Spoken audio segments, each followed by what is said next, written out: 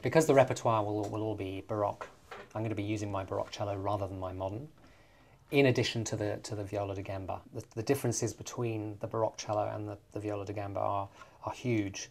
The cello has a more complex, generally richer tone colour, and actually if you look at the wave pattern of a cello against a gamba on an oscilloscope, you can actually see that it has a much more complex wave pattern.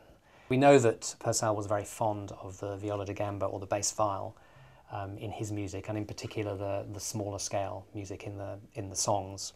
I think that the purity of the viola da gamba is really beautiful for Purcell, and then the complexity of the cello is great for Handel.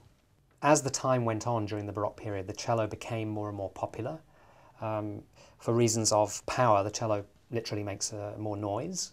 By the time Handel was writing his operas, the violin family had taken over in preference to the viol family.